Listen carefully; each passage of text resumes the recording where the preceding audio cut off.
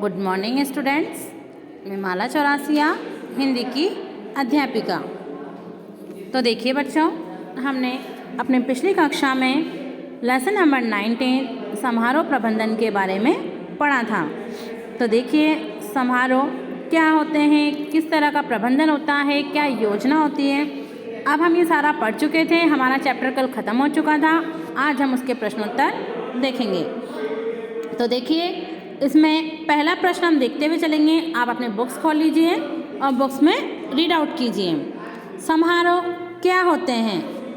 समारोह का अगर हमारा पहला प्रश्न है तो बच्चों वही पुरानी बात जो हम पिछली कक्षा में बार बार पढ़ रहे हैं वो हमें बताना है कि समारोह एक ऐसा स्थान होता है जहाँ पर रिश्तेदार, साथी, मित्रगण सभी हमें एक स्थान पर मिलते हैं, एकत्रित होते हैं और उस आनंद के पल को महसूस करते हैं, वो समारोह कहलाता है।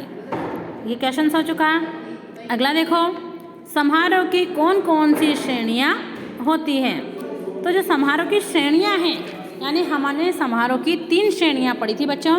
वो तीनों श्रेणियाँ आपको बतानी है संदर्भ के आधार पर, औपचारिकता के आधार पर और समारोह की प्रकृति के आधार पर। संदर्भ के आधार पर हमने 6 प्रकार पढ़े थे, वो 6 आपने नोट किए होंगे। मैंने आपको पिक्स भेजी थी, उसी में से आप नोट कर लीजिएगा। वैसे मैं आपको क्वेश्चन आंसर का भेजूंगी तो आप उसमें लिख लीजिएगा अपनी नोटबुक्स में।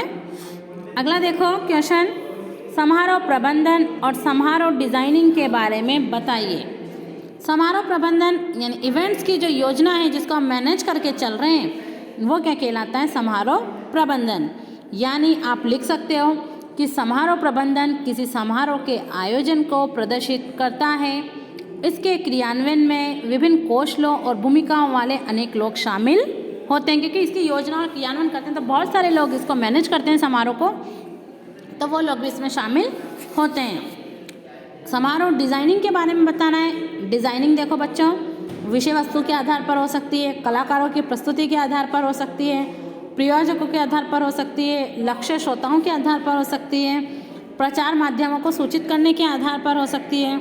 यानी हम कई तरह से इसको प्रभावित कर सकते हैं। तो समारोह डिज़ाइनिंग आपको लिख देना है, मंच सज्जा, शो, कलाकार, विषय वस्तु, लक्ष्य श्रोता, विज्ञापन, टिकट की बिक्री, इन सब के आधार पर डिज़ाइनिंग हो सकती है।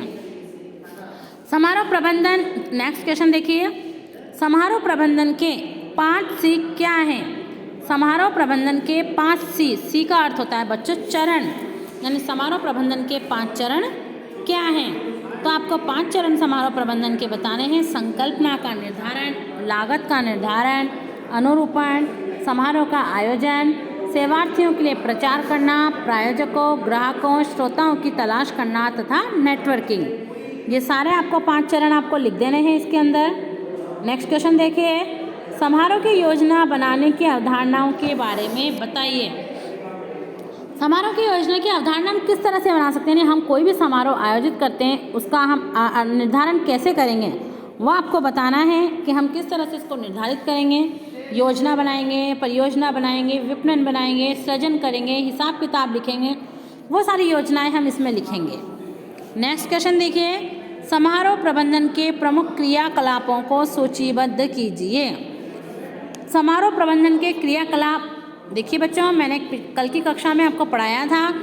समारोह प्रबंधन के 3 क्रियाकलाप थे, समारोह से पूर्व क्रियाकलाप, समारोह के दौरान क्रियाकलाप और समारोह के पश्चात क्रियाकलाप। तो तीनों जो समारोह से पूर्व हम जो योजना बना रहे हैं वो समारोह के पूर्व में आ जाएगी। समारोह के दौरान जो समारोह के दौरान हम क्रियाकलाप कर रहे हैं वो समारोह के दौरान आ जाएगी, यानी जैसे वीडियोग्राफी है, मंच रिकॉर्डिंग है, वो सारी। और समारोह के पश्चात, समारोह खत्म होने के बाद हम जैसे आय व्यय का ब्यौरा करते हैं, हिसाब किताब करते हैं, जो अब हमारा सामान टेंडरिंग से आया हुआ है वापस भेजते हैं, वो सारे हमारे आएंगे समारोह के पश्चात में। तो नेक्स्ट क्वेश्चन देखिए, समारोह प्रबंधन की महत्वपूर्ण गतिविधियों को सूचित कीजिए। अब देखिए बच्चों, गतिविधियों की सूची बनानी है। गतिविधियां होती हैं हमारे जो हमारे समारोह को स्पष्ट करते हैं। तो आप इसमें लिख सकते हैं, समारोह के लक्ष्य, उद्देश्य को स्पष्ट करना, अपने अतिथि सूची का निर्धारण करना, यानी हम कितने अतिथियों को बुलाना चाह रहे हैं, संसाधन के प्रभावी उपयोग को सुनिश्चित करना, किसी महान विचार थीम के बारे में सोचना, समारोह की नीति या रणनीति का निर्धारण करना, ये सारी चीज़ें आप समारोह प्रबंधन की गतिविधियों में लिख देंगे। नेक्स्ट क्वेश्चन देखिए, आप एक समारोह का मूल्यांकन कैसे करेंगे? यानी आपने समारोह आयोजित किया, आप उसको मूल्यांकित कैसे करेंगे कि हमारा समारोह सही था या गलत?